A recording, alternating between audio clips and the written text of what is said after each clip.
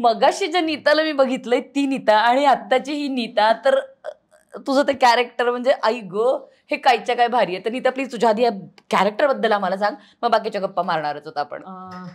Character म्हणशील तर दिती माता म्हणून आहे. हो, जिथे की आदिती आणि दिती हे आपल्या हो मायथोमध्ये पुराण कथांमध्ये आहेत. जिथून सुरुवात म्हणून देवदेवतांची किंवा असुर दैत्यांची ही जी काही सुरुवात आहे या दिती आदितींच्या माध्यमातून आहे. तर त्यातलं आदिती हे कॅरेक्टर करते. ऍक्च्युली आपण त्यातला हा पार्ट दाखवतोय की विचारांमध्ये एकदा गफलत सुरू झाली आणि नकारात्मकता सुरू झाली की मग कुठल्या कुठे तो प्रवास अधोगती आणि याच्याकडे जातो. अशा पद्धतीचं हे कॅरेक्टर आहे. ती आपण बघितलं तर हे दैत्य काय असले काय माणूस आणि ह्याच्यातले जे आपण शेड म्हणतो ना, तर त्याच आहेत की तुम्हाला जवळच्या पण वाटतात की हा अरे जरी ती दिती असली तरी आता मध्ये होलिकाचा एक आपण हे घेतलं की अशी काय दिती. तर एक आईचं जे पेन आहे की माझ्या मुलांना ते दान मिळत नाहीये जे दान मिळायला पाहिजे.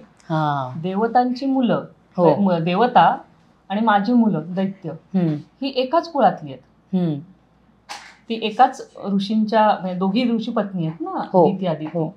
तर मग असं का माझ्या वाट्याला हे का, ह्याचं आयुष्यभर दुःख घेऊन त्या पद्धतीने शल्य घेऊन त्याच्याच भोवती आयुष्य गुंफल्यामुळं जो प्रवास घडतो तो याच्यात दितीच्या माध्यमातून दाखवलाय. अजून नीता मला खूप म्हणजे तुझा मेकअप मी मगाशी पण तुला बघितलंय विदाऊट मेकअप आमच्या खऱ्या नीताच्या अवतारामध्ये म्हणजे नीताच्या ओव्हरऑल टायरमध्ये, आणि आता तुला मी दितीच्या कॅरेक्टरमध्ये बघतेय तर खूप इंटरेस्टिंग मेकअप वाटतं म्हणजे. आणि तो जातोय तुझ्या त्या कॅरेक्टरला पण फार उत्तम जातोय. तुझ्या मेकअप मॅनचं खरं तर खूप कौतुक आहे विजयचं. मगाशी पण आम्ही त्याच्याशी गप्पा मारल्या. तू विजय आहे, याच्या आधी आपला सिद्धू म्हणून आहे तो पण होता. अच्छा, यांची पूर्ण टीमच आहे. अच्छा, ज्यांनी पूर्ण मेहनत घेतलेली आहे. 5 जण आहेत सगळे मिळून. सगळे मिळून करतात. म्हणजे आज जर म्हणशील तर विजय जरी माझा करत असेल तरी विजय माझा एकट्याचा करतो का नाही, माझा किंवा एक कॅरेक्टर आणि एकच मेकअप आर्टिस्ट आहे का नाही, वेगवेगळे मेकअप आर्टिस्ट पटकन कमी तिथे आम्ही मध्ये ही लोक येतात मेकअप करून. क्या बात आहे. इतके सगळे स्किल मध्ये आलेले आहेत आता. मस्त. आणि मेकअपच्या बाबतीत म्हणजे तर आपल्याला चॅनलनी सुद्धा आधी जे 6 तास मेकअपचे आपले हे चालले होते, मग ते भारतीय पण वाटलं पाहिजे. पुन्हा भारतीयाच्या थोडंसं येताना किती नाही म्हटलं तरी आता लोकांना हॉलिवूडची स्पर्धा आहे आपली. त्यामुळे त्याही गोष्टींचं कॉम्बिनेशन असं अनेक प्रकार झाल्यानंतर फायनली की जो रोजच्या रुटीनमध्ये पटकन होणंही गरजेचं आहे. मेकअप करताना मायथोचा मेकअप करताना तोही पार्ट बघायला लागतोय. बरोबर आहे की तुमचा वेळ किती जाणार आहे, तुम्ही किती लवकर आणि तसं तुमच्या कॅरेक्टरला जाणार आहात का तुम्ही. तर ते हे सगळा विचार अनेक मेकअपच्या माझ्याकडे आता ते फोटो आहेत 6 तास केलेल्या प्रयत्नांचे. इतके विविध प्रयोग हे करून बघितले आणि फायनल मग हा झालेला आहे. तर उषांक सोबत आम्ही बोलत होतो मगाशी, तर तेव्हा मी म्हणाले की बऱ्याचदा काय होतं हल्ली काय झालं ना, सोशल प्लॅटफॉर्म्स इतके झालेत की लोक सहज एखाद्या मालिकेला पटकन ट्रोल करतात की अरे हे काय केले, अरे ते काय केले, अरे असलं काय, हे पात्रच असं आहे, ते पात्रच असं आहे, हे अमकंच, कथानकाने काय लिहिले, काय कथानकच आहे त्यांचं, असं आहे तर असंही म्हणत सर्रास ट्रोल केलं जातं बरं का. पण आता आज जेव्हा ही मेहनत मी बघतीये ना, माय गॉड, हॅट्स ऑफ यू. मी अगदी हे प्रामाणिकपणे सांगते मंडळी, कधी जमलं ना एखाद्या सेटला भेट द्या, हे मी तुम्हाला आवर्जून सांगेन. आणि मी प्रत्येक प्रोडक्शन हाऊसला सुद्धा हे सांगेन आणि रादर चॅनलला सुद्धा या निमित्ताने या माध्यमातून माझी रिक्वेस्ट असेल की शक्य झालं ना तर लोकांना भेटीगाठीसाठी ॲक्सेस ठेवा. लोकांना कळू द्या की तुम्ही काय मेहनत करताय, तुमच्यासमोर किती आव्हानं आहेत, वेळेची गणितं आहेत, माणसांची गणितं आहेत त्या काय म्हणूया आपण आहेत त्या गोष्टींमध्ये संसाधनांमध्ये काम करायचं, ती वेगळी सर्कस आहे. आणि या सगळ्यातनं प्रॉडक्ट उत्तमच बाहेर पडलं पाहिजे यासाठीचा आटापिटा आहे. आता मी तू बोलतेस म्हणून सांगते, यातला माझ्यासाठी म्हणजे ह्या काही एकाची मेहनत नसते, ही सर्व लोकांची मेहनत असते आणि सगळ्यांनी मिळून केलं तर ते वर्क होतं. या मॅम जे बोलतायत ज्योती मॅम, मला माहिती आहे की ज्योती मॅमना एकेका दिवशी तासाला लोकल लागोपाठ रेडी करणं, हे करत असताना पूर्ण फोकस होणं, ह्या सगळ्या गोष्टीचे स्किल या लोकांकडे आहे. विजयकडे आहे, ज्योतीकडे आहेत, आपला इवन दो स्पॉट बॉय, माझ्या इथला स्पॉट बॉय जरी बघशील तरी तो आपण किती म्हणलं की मध्ये एक तरी पाणी हवंय का, नाही, कारण आम्ही आल्यापासून त्यांनी 3 वेळेला आम्हाला चहा विचारून झाला, पाणी आणून देऊन झालं.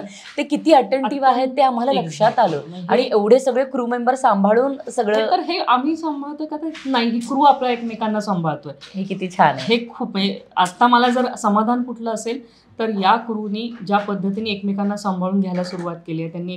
बरं, ही कधी कुठली कुठली जमा झालेली माणसं ज्यांनी एकमेकांची तोंडही कधी पाहिलेली नाही, आज ती सगळी माणसं एकमेकांची काळजीने, एखादा थकला तर दुसऱ्याने लगेच राहू दे मी बघतो तुझं काम, असं करणं, हे इतकं गोड चाललंय ना की मी तर एक ॲज अन ऍक्ट्रेस किंवा ॲज अन हे म्हणून छान वाटतंय ऐकताना. पण हे पुढे माझ्यासाठी खूप एनर्जेटिक राहणार की हे आपण अनुभवलं. क्या बात आहे, क्या बात आहे.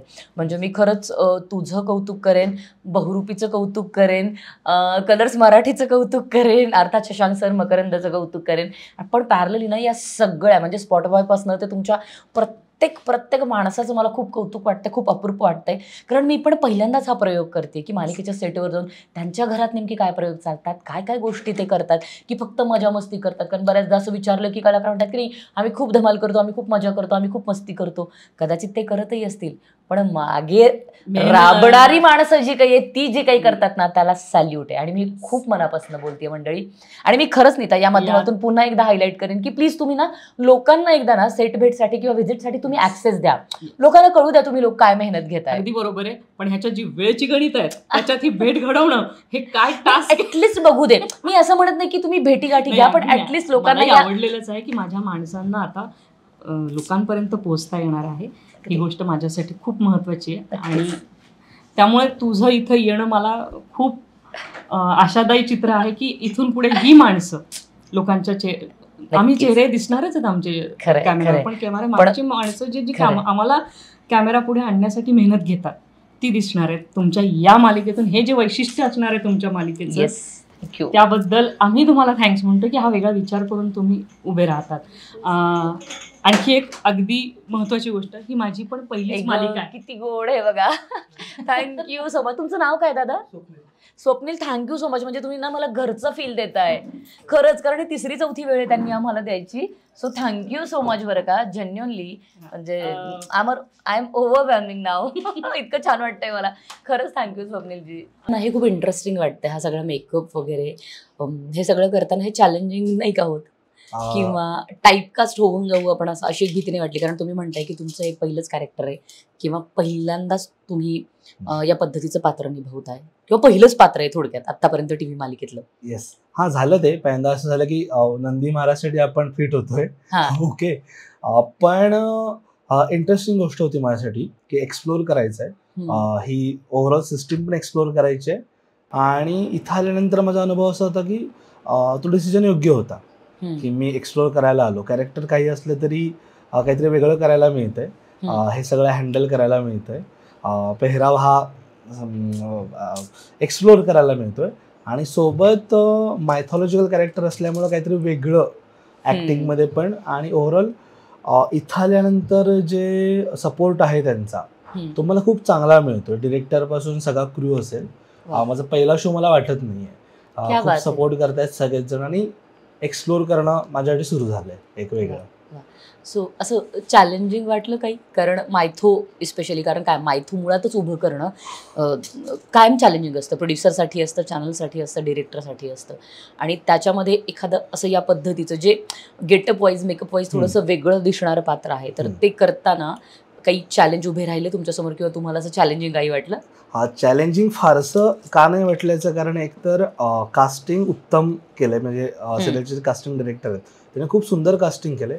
आणि माझा मूळचा जो स्वभाव आहे तो ह्या कॅरेक्टरला फार गेलेला आहे. त्यामुळं काही जे संदर्भ फक्त आहेत, म्हणजे एक गोष्ट अशी की मी जेन झेड मधला आहे थोडंफार, त्यामुळे काही गोष्टी माहीत नव्हत्या, त्या मात्र माहीत करून घ्याव्या लागल्या, कनेक्शन्स माहीत करून घ्यावी लागली. आणि जे संदर्भ आहेत मायथॉलॉजिकल ते अभ्यासता आले, ते अभ्यासायला लागले. एवढंच ॲक्टिंगमध्ये काही काय म्हणतात एक्सप्लोर करता आलं.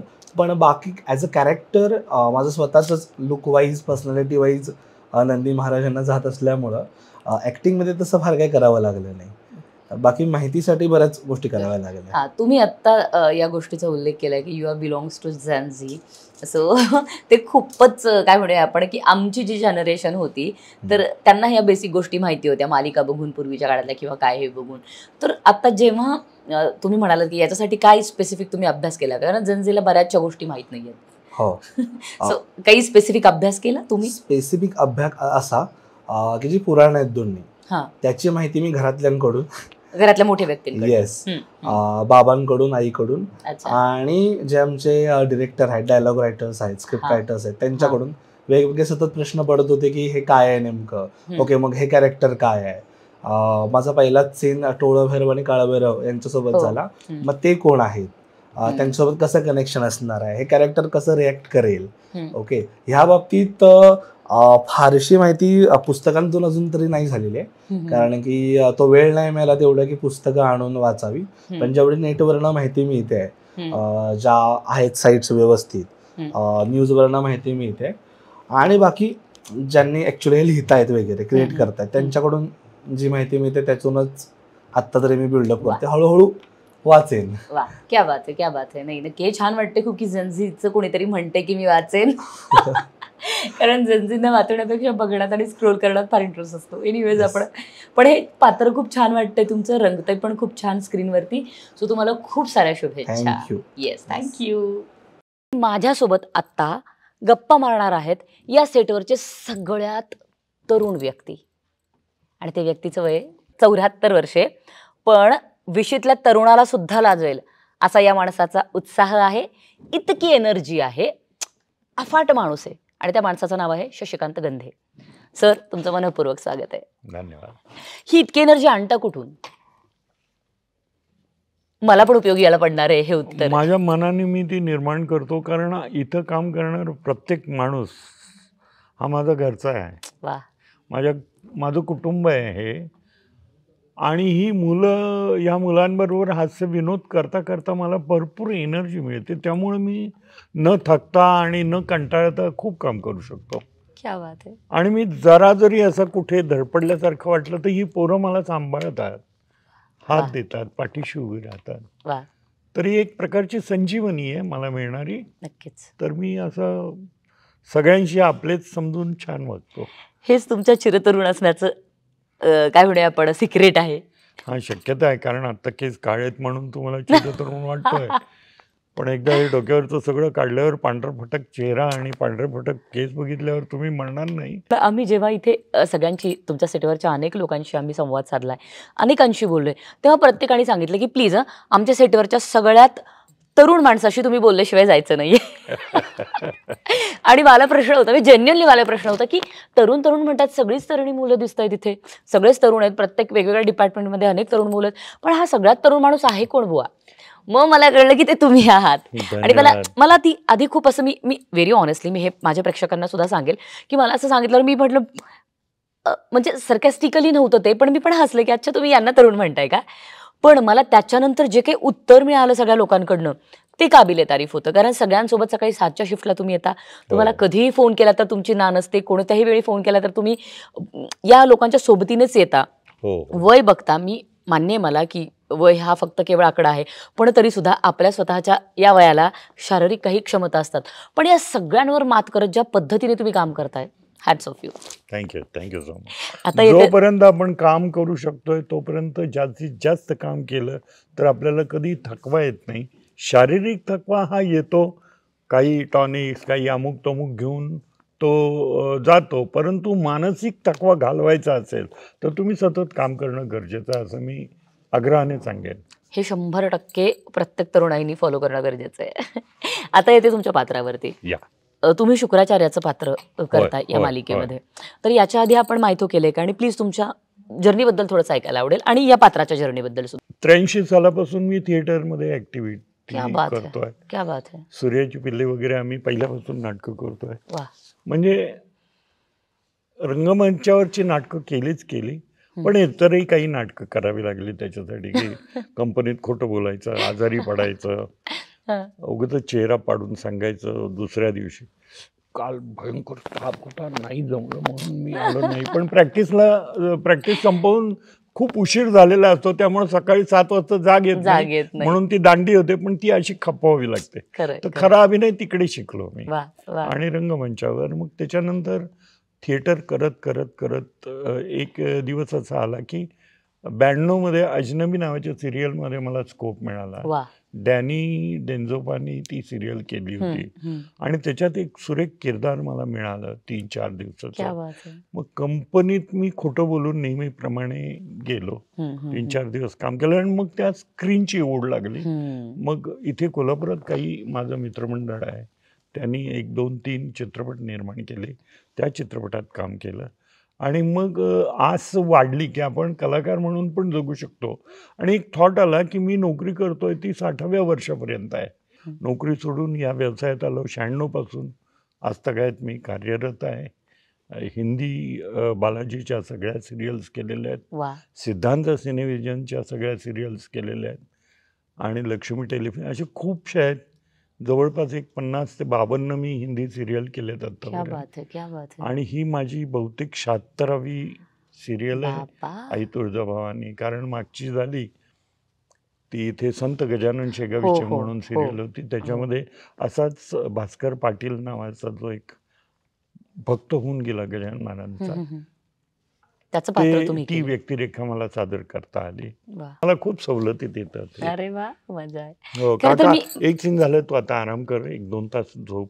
किंवा मी निघाल्यानंतर ही पोरं कुठं निघाला, तिकडे गावाकडे खाऊ बिऊ आणायची काय पद्धत आहे की नाही, आणतो. मग या मुलांसाठी हट्टाने खाऊ पण आणता येतो आणि ते आणून ह्या मुलांनी खाल्ल्यानंतर जे समाधान मिळतं ते माझं आयुष्य तरुण करतं, माझं शरीर उत्तम ठेवतं. वा, क्या बात आहे. म्हणजे मगाशी मी म्हणाले तुम्हाला की गेले 2 दिवस आम्ही इथे सेटवर आहोत आणि मी ते बघताना पण बघते की तुमचं हे जे पात्र आहे शुक्राचार्य, तर त्याची स्क्रिप्ट आहे किंवा काय, तर इतक्या पटकन आली स्क्रिप्ट बघितला आणि चलो यू आर रेडी. मग मला हे खूप कौतुकास्पद वाटलं, कारण जिथे वयाच्या मानाने असेल म्हणा किंवा बाकीच्या ह्याच्यामुळं असेल म्हणा, लोकांचं पाठांतराचं इतकं काय म्हणूया आपण, पाठांतर तितकंसं चांगलं नाहीये. अनेक लोकांचं आहे पण ज्यांचं नाहीये, मी त्यांच्याबद्दल बोलतेय. काय होतं की डायरेक्टर आम्हाला ग्राफ समजून सांगतो की हे कॅरेक्टर असं आहे, तेव्हा हा कधीही मवाळ बोलणार नाहीये किंवा हा कधी रागवून बोलणार नाही. गाभा जो आहे सीनचा तो आमच्या लक्षात असतो. खरंय. आणि मग आम्ही अडकलो की हे सांगतातच की आम्हाला, ही पोरं आम्हाला नेतात की पुढं.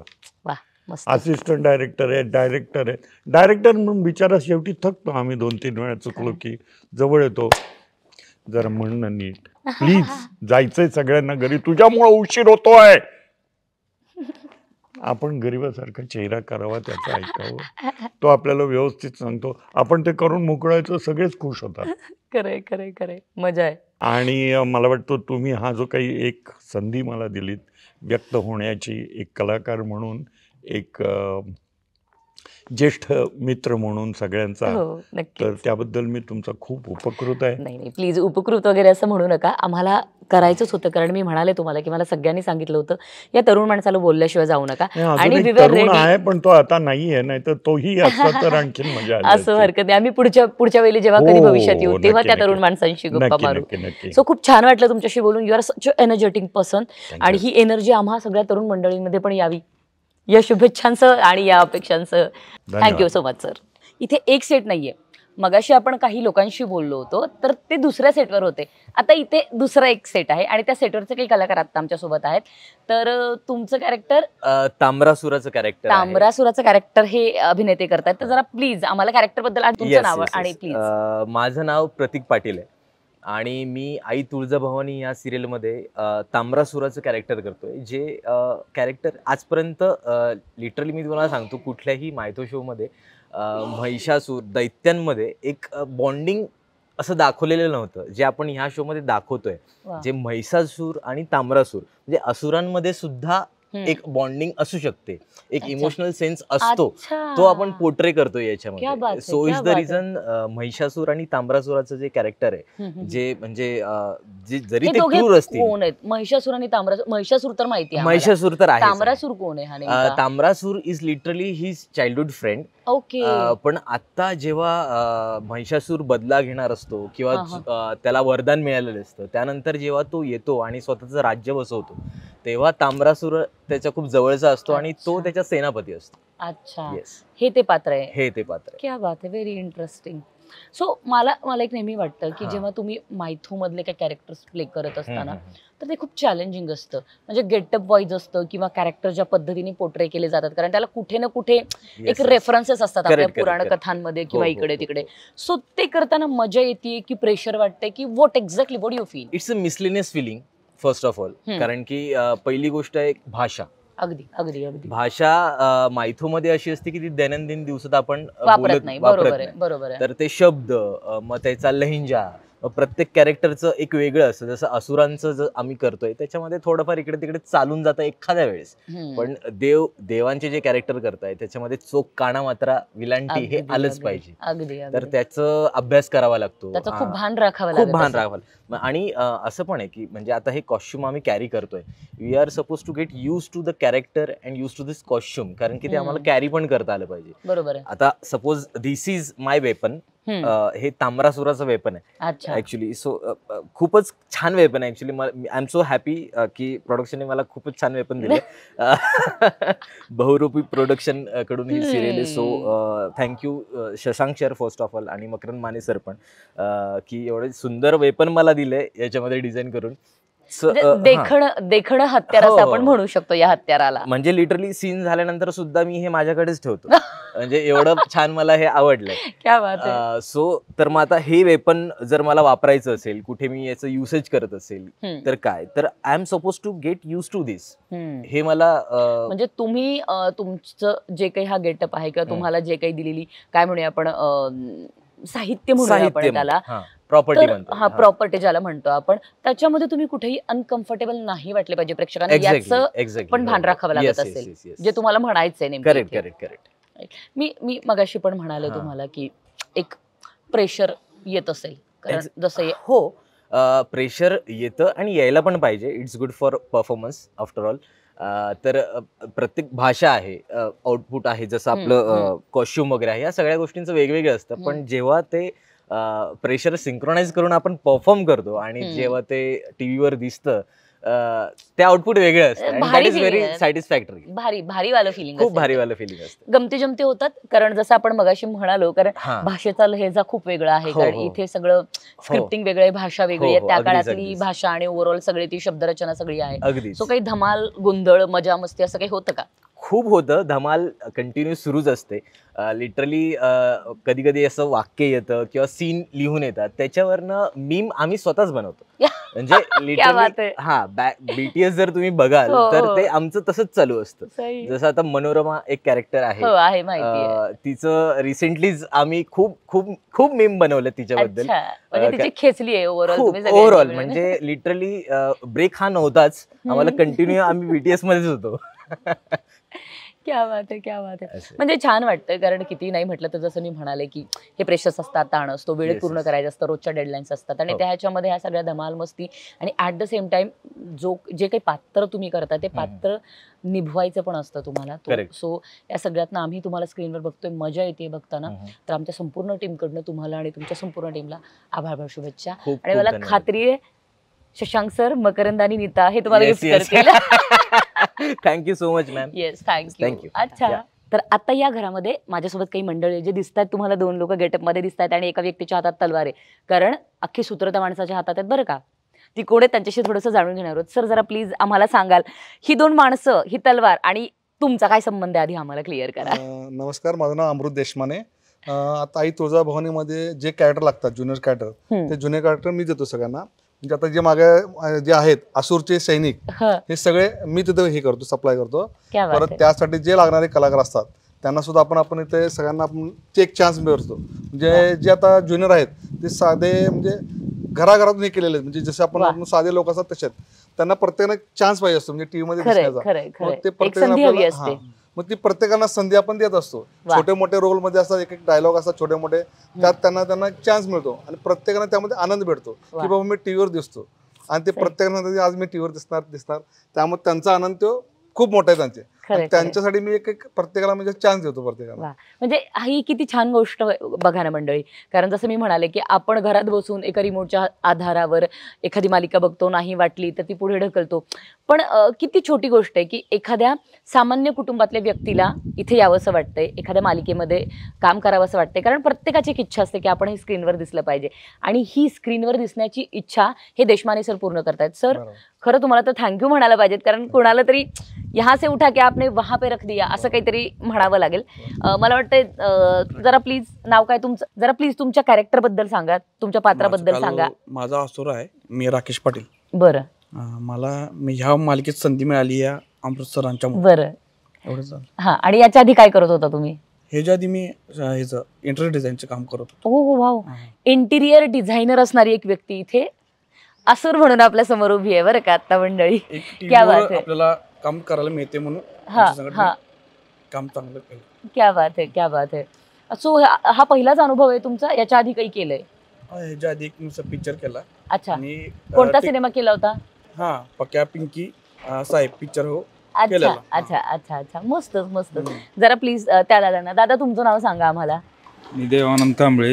हा, मी अमृतसरामुळे जिथं आई तुळजाभवानी सेट वरती आलेलो आहे. बरं. म्हणून आज काम. बरं डायलॉगचं. बरं बरं. काय करता तुम्ही खऱ्या आयुष्यात तुमच्या? आयुष्यात आता ह्याच्या आधी पण 3-4 पिक्चर मध्ये आपलं पोलिसा रोल घेतला होता, 2 पिक्चर मध्ये. बरं. सरकारमध्ये पण पोलिसाचा रोल हे केलेला आहे. बरं. परत द इंडिया स्टोरी आहे, त्याच्या पोलिसाचा रोल घेतलेला आहे. इथं आता तुळजाभवानीला गावकरी एकदा बनलो होतो, एकदा असुराचे. अरे वा, मस्त. मॅडम आपल्या ह्याच्यामध्ये कॅरेक्टरमध्ये डॉक्टर पण आहेत. म्हणजे असंच नाही की डॉक्टर लोक पण आपल्या ह्याच्यामध्ये आहेत. क्या बात आहे. हौसेपोटी आलेली मंडळी. त्यांना फक्त काय आहे, एक टीव्हीवर दिसणे हे महत्वाचं आहे. आणि ह्यांचा ऍक्च्युअली सीन असतो फक्त 5 ते 10 मिनिटाचा सीन असतो, परंतु हे सकाळी 8 वाजल्यापासून रात्री 12 वाजेपर्यंत त्यांनी थांबलेले असतात. क्या बात. फक्त त्यांच्या सीनसाठी. त्यांना ते करणं म्हणजे एवढं आवडते, एवढा वेळ जातो, त्यांनी फक्त वेटिंग करतात, साईडला बसतात, परंतु त्यांना एक इच्छा असते की मी टीव्हीवर दिसावं, आणि ही इच्छा त्यासाठी ते पूर्ण दिवस वेट करत असतात. आणि हे असे नाही की त्यांनी पैशासाठी येतात, नाही, त्यांना फक्त एक करिअर मध्ये काहीतरी छोटंसं का असताना रोल मला मिळावं ही त्यांची अपेक्षा असते. प्रत्येकाने त्यांनी ते निभावलेलं आहे चांगल्या पद्धतीने. वा वा. म्हणजे हा खरं तर खूप वेगळा आणि इंटरेस्टिंग ट्रॅक आपल्याला मिळालाय बरं का मंडळी. कारण नॉर्मली आपल्याला माहिती की स्ट्रगल करणारी लोक, स्पेशली इंडस्ट्रीमध्ये येऊन स्ट्रगल करणारी लोक आहेत, ज्यांच्या आयुष्याचं ध्येय आहे की आम्हाला स्क्रीनवर दिसायचं, मग ते छोटं असू दे, मोठं असू दे, काय असू दे. पण apart from all this things अशी पण काही माणसं आहेत की जी केवळ हौसेपोटी इथे येत आहेत, आणि एखाद दुसऱ्या रोलवरती अगदी त्यांना म्हणजे आभाळा एवढा आनंद मिळतोय खरं तर. सो देशमाने सर फारच चांगलं आणि पुण्याचं काम करताय असं मी तुम्हाला म्हणेन. सो थँक्यू सो मच आमच्याशी इंटरॅक्ट केल्याबद्दल. थँक्यू मंडळी. आत्ता साक्षात माझ्या समोर माझ्यासोबत आहेत आई तुळजाभवानी अर्थात पूजा काळे. पूजा, तुमचं मनपूर्वक स्वागत आहे. सो कसं वाटतंय, कारण हा तुमचा पहिला शो आहे पूजा, आणि पहिल्यांदाच तुम्ही आई तुळजाभवानी करता, जी महाराष्ट्राचं आराध्य दैवत आहे, प्रत्येकाच्या घरात जी पूजली जाते आणि प्रत्येकाच्या हृदयात जिचं विशेष असं एक स्थान आहे, ती आई तुळजाभवानी तुम्हाला करायला मिळाली. सो काय भावना आहेत पूजा? सगळ्यात पहिले तर मला असं वाटतं की आई तुळजाभवानीचा माझ्यावरती खूप आशीर्वाद आहे, आणि मी स्वतः देवी आईचं खूप करते. मी देवांना खूप मानते. आमच्या घरी देवीचं स्थान सुद्धा आहे, त्यामुळे मी हे बोलू शकते की देवी आईचीच कृपा आहे की मला ही मालिका साकारायला मिळते. ह्या आधी मी काही मालिका केल्या नव्हत्या, परंतु ही पहिलीच मालिका आहे. हो, ही पहिलीच मालिका आहे, आणि ते डायरेक्ट मैथो म्हणून आहे आणि डायरेक्ट देवी आईची आहे, म्हणून मला खूप जास्ती आनंद होतो की मला डिरेक्टली अशा शो मिळाला ज्याने मी प्रत्येक घराघरात पोहोचला. हा, प्रत्येक घराघरात पोहोचले. प्रत्येक घराघरापासूनचा प्रत्येक हृदयापर्यंतचा हा प्रवास वाटतो तेवढा सोपा नाहीये बरं का पूजा. अजिबात हे कायम लक्षात ठेवा. कारण काय होतं की मी जसं तुम्हाला म्हणाले की खंडोबा नावाची आपल्याकडे एक मालिका होती, ज्याच्यामध्ये देवदत्त नागेनी खंडोबा उभा केला होता.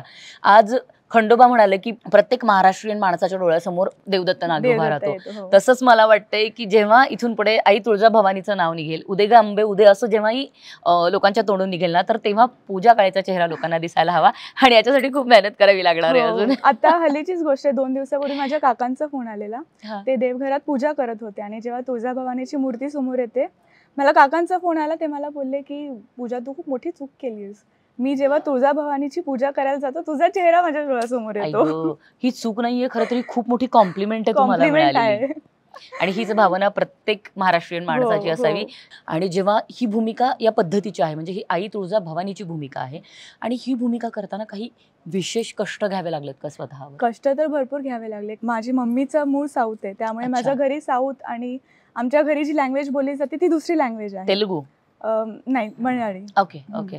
त्यामुळे माझं मराठी थोडंसं कच्चं होतं, परंतु शशांक सर आणि मकरंद सर यांनी माझी खूप मदत केली. मराठीचं कसं पुढे पुढे बोलत जायचं, म्हणजे अ ब कडापासून आम्ही सुरुवात केलं. आणि तुळजा महात्म्य हे पुस्तक आहे, हे मी सातत्याने वाचत गेले. थोडा थोडा अभ्यास करत करत आम्ही इथवर पोहोचलो. बऱ्याच वेळेला अवघड पण जातं, पण आमचे जे डिरेक्टर सर आहेत, विक्रम सर, मकरंद सर, ते एवढं समजून घेतात की असं पटकन होऊन जातं. खरं तर आत्ताचा जो तुमचा हे रूप असं म्हणूया आपण, हे देखणं रूप जे आम्ही बघतोय, हे सगळं कॅरी करताना किंवा हे करताना काही स्पेशली तुमच्या बॉडी लँग्वेजवर म्हणूया किंवा आपण ओव्हरऑल पर्सनॅलिटीवर काही काम केलं तुम्ही? हो, त्याच्यावर तर बरंच काम केलं, कारण की देवीसारखं वॉक करणं, नजर देणं, त्यांचा जो नजरेचा जो रोपपणा आहे, हो, त्याच्यासाठी खूप काम करावं लागलं. आणि त्याच्यासाठी अजून पण मी मेहनत घेते की त्या कॅरेक्टरमध्ये कसं घुसता येईल. आता 6 महिने झालेत तुमच्या या मालिकेला, तर 6 महिन्यांआधी जी पूजा होती, ती पूजा जी या भूमिकेकडं एका वेगळ्या पद्धतीने बघायची, ती पूजा आज या भूमिकेकडं 6 महिन्यानंतर कशी बघतीये? आधी सुरुवातीला स्क्रिप्ट हातात यायचे तेव्हा मला असं वाटायचं, शिट, एवढी स्क्रिप्ट आली, आता मी हे कसं बोलू. पण सगळ्यांनी, पूर्ण टीमनी, DOP सरांनी, माझ्या डिरेक्टर सरांनी, सगळ्या टीमने मला एवढा सपोर्ट केला की मला कधी जाणवू नाही दिलं की मी नवीन आहे किंवा मला जमत नाहीये. रिटेक्स होत आहेत, हो दे, आम्ही आहोत ना. असं करत करत करत करत आम्ही इथवर आलो. आणि आता असं झालंय की अच्छा, स्क्रिप्ट आले, ठीक आहे, करूया आपण. क्या बात आहे. म्हणजे तिथपासनं इथपर्यंतचा हा प्रवास, ती भूमिका तुम्ही जगताय असं कधी फील झालं? हो, आम्ही आत्ताच तुळजापूरला गेलो होतो आणि तिथे जसं आम्ही एंटर केलं, मला आतून असं जाणवलं की मी माझ्या घरी आली आहे. वा. तिथे गेल्यावर सगळे जे लोक तिकडे होते त्यांच्याकडे बघत होते, मला लिटरली आतून असं वाटत होतं की हे सगळे माझी लेकरं आहेत. म्हणजे मी ती भूमिका एवढी जगती आतून. आम्ही 12-12, 13-13 तास या भूमिकात असतो, तर मला खूप भरून येत होतं. आम्ही आत्ताच नुकतं शूट केलेलं की तीर्थ कसं बनवलं, देवीचं स्नानाचं कुंड कसं बनवलं. आम्ही त्या ठिकाणी गेलो तेव्हा मला असं वाटलं की हे माझं आहे. प्रत्येक ह्याला मला जाणवत होतं की नाही, हे माझं आहे, नाही हे माझं आहे, हे माझं घर आहे, मी इथे अशी होती, मी तिथे तशी होती. प्रत्येक जागेमध्ये गेल्यावर मला ते जाणवत होतं. आणि एका क्षणी एवढं भरून आलं जेव्हा मी देवीच्या समोर गेले, देवीला बघितलं की मी 6 महिने झाले की मी तुझं आयुष्य जगते, तू कधी आई बनू शकली नाही तरी पण तू जगाची आई कशी बनली, हे जेव्हा मी तिच्याकडे साक्षात बघितलं, माझ्या डोळ्यात पाणी आले की तुझं आयुष्य मी जगले. म्हणजे हे खूप मोठी गोष्ट आहे की मी तुझ्याचं आयुष्य जगू शकते. आताही तुमच्या आवाजातलं ते भारावले पण जाणवते. खूप जास्ती. तिथून निघताना मी खिडकीतून मागे बघत होते की माझ्या घरापासून लांब चालली आहे. तुम्ही जगताय असं म्हणण्यापेक्षा तुम्ही इमोशनली इन्व्हॉल्व झालाय या भूमिकेमध्ये. खूप जास्ती. कारण एवढे बारकावे असतात प्रत्येक सीनमध्ये. मी भवानी शंकरांशी जेव्हा बोलते, जेव्हा कधी कधी मला सीन करताना असं फील होतं की खरंच मी महादेवांशी बोलते, खरंच असं घडलंय. तर ते खूप आतून येतं. म्हणजे प्रॉपर ऍक्टिंग करतो असं नाही, ते कधी कधी खूपच आतून येतं. तुमची पहिलीच भूमिका आहे. भविष्यात स्वतःकडे कसं बघताय पूजा? मी खरं तर क्लासिकल डान्सर आणि सिंगर आहे. हो, माझं प्रत्येक मुलीचं स्वप्न असतं की तिला लीड मिळावी आणि एवढा चांगला शो मिळावा. तसं माझंही कुठेतरी स्वप्न होतं की हां, कधीतरी मिळेल.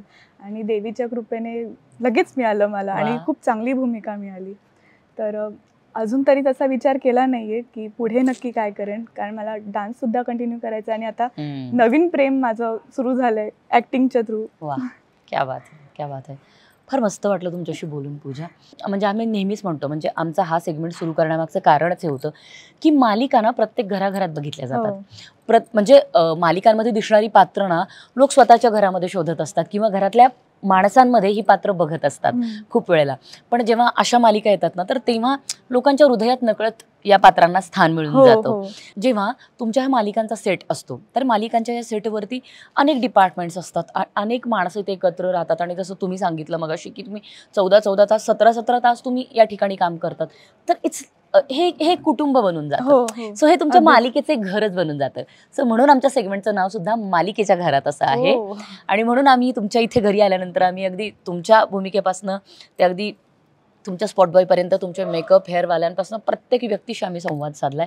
सो आम्हाला खूप मजा आली, खूप छान वाटलंय. आम्ही जाणीवपूर्वक तुमच्याशी सगळ्यात शेवटी बोललो होतो, कारण म्हटलं घरातल्या मुख्य व्यक्तीशी सगळ्यात शेवटी संवाद साधायचा असतो, म्हणजे जरा मजा येते, तोवर अंदाज येतो की घरातली व्यक्ती नेमकी कशी आहे.